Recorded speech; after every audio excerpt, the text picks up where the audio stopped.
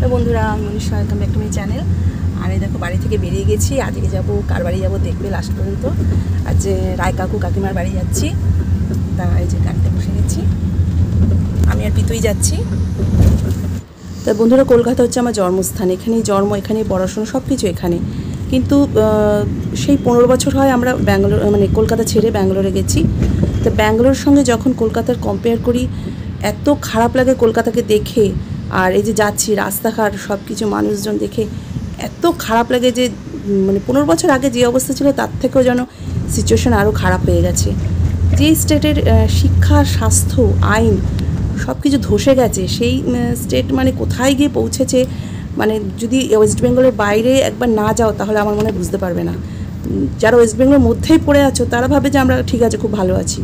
একবার কখন ওয়েস্ট বেঙ্গলের বাইরে যেও, তখন বুঝতে পারবে যে আমাদের এই ওয়েস্ট বেঙ্গল কোথায় সব থেকে মানে নিচে পড়ে রয়েছে সব দিক থেকে, শিক্ষা, স্বাস্থ্য, আইন, সব দিক থেকে, চাকরি বাকরি সব কিছু দিক থেকে। তা আমি বলবো যে সামনের যে তোমাদের যে গণ অধিকার, সেটাকে না ঠিকঠাক করে তোমরা ইউজ করো, নাহলে আরও পরবর্তী দিনগুলো খুব ভয়ঙ্কর আমার মনে হয় একটা দিন আসছে। আমি কেন, মানে সবাই কিন্তু একথাই বলছে। তো মানুষের যে অধিকারটা, সেই নাগরিক অধিকার, সেটা ঠিকঠাক জায়গায় ইউজ করো, লোক ত্যাগ করো। ভালো শিক্ষা পেলে কিন্তু চাকরি বাকরি এমনিই হবে, তার জন্য মানে 1000 2000 টাকার জন্য আমার মনে হয় হাত পাতার দরকার আছে। তোমাদের ছেলেরা তোমাদের কাছেই থাকবে, বাইরে আর বেরোতে হবে না। আমরা যদি এখানে ভালো চাকরি বাকরি পেতাম, আমার ছেলেরা ভালো শিক্ষা পেতো, হাজব্যান্ড ভালো চাকরি পেতো, তাহলে হয়তো আমরাও এখানে থাকতাম, ব্যাঙ্গালোরে যেতে হতো না। সব আত্মীয় স্বজন, বন্ধু বান্ধবের মাঝখানে আমরা থাকতাম। ব্যাঙ্গালোরে থাকি, আর্থিক সচ্ছলতা থাকে ঠিকই, কিন্তু আত্মীয় স্বজনের থেকে, বন্ধু বান্ধবের থেকে দূরে চলে গেলে না অনেক সময় মন খুব খারাপ হয়। তা সেগুলো যখন বাইরে মানুষ চলে যায় তখন বুঝতে পারে, আর তার সঙ্গে আরও অনেক কিছু ফারাক বোঝা যায়। তা সেই জন্য নিজেদের যে অধিকারগুলো, সেগুলো ঠিক ঠিক জায়গায় মানে দিও, উল্টোপাল্টা জায়গায় নিজের অধিকারটা ব্যবহার করো না। আর এই যে যাচ্ছি, যেতে যেতে এই রাস্তাঘাট, এসব চারিদিকে যে অবস্থা দেখছি, মানে খুবই খারাপ লাগে দেখতে। মানে উন্নতির তো কিছুই নেই, দিন দিন যেন আরও অবনতির পথে চলে যাচ্ছে। যাই হোক, আমি এইসব ভাবতে ভাবতে গাড়ির মধ্যে দেখছি চারিদিক, আর এই সমস্ত কিছু ভাবছিলাম যে কাকু আমাদের পিক আপ করতে এসছে। গাড়ি ছেড়ে আমরা এই কাকুর বাড়ির দিকে যাচ্ছি।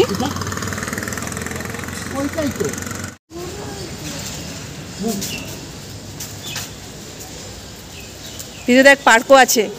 পিতু, এই দেখ, পার্ক আছে, সুইমিং পুল আছে, দেখ।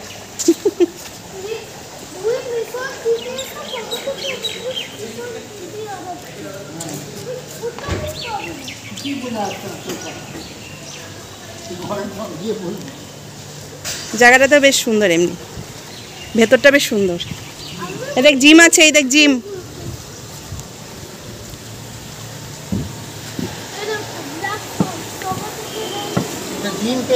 হ্যাঁ, এটা কেন শরবত খাচ্ছি? কাকিমার ফ্ল্যাটে আমরা ঢুকেছি, কিন্তু কাকু কাকিমা বলে একটু প্রাইভেসি ব্যাপার আছে, ওদের দেখাতে না। এটা হচ্ছে বৈঠকখানাটা, আর সাই বাবার ভক্ত, সাই বাবার ফটো খুব সুন্দর সাজানো। আর এই দেখো, ঠাকুর ঘরটা খুব সুন্দর। আর এই যে কলটা রয়েছে না বাসন ধোয়ার জন্য, এটা আমার বেশি পছন্দ হয়েছে। ঠাকুর ঘরটা খুব সুন্দর। আর এটা অনেকগুলো বেডরুম আছে।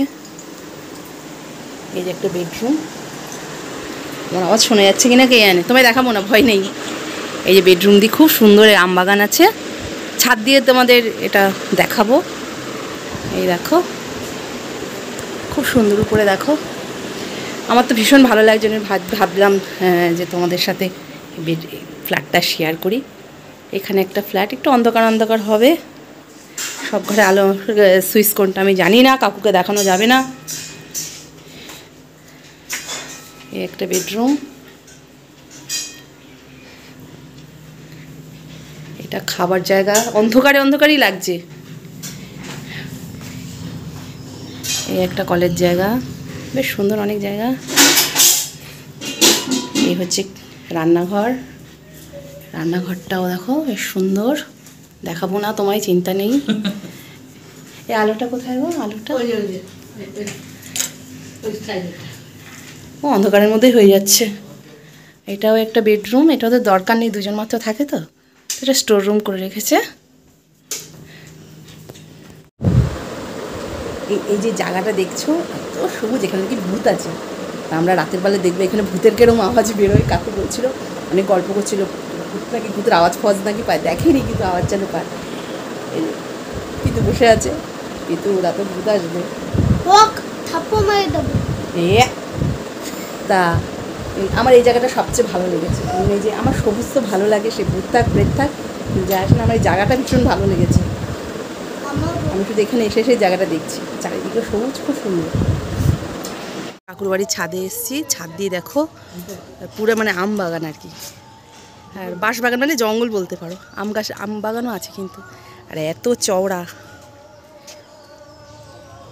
কি সুন্দর ভিউটা।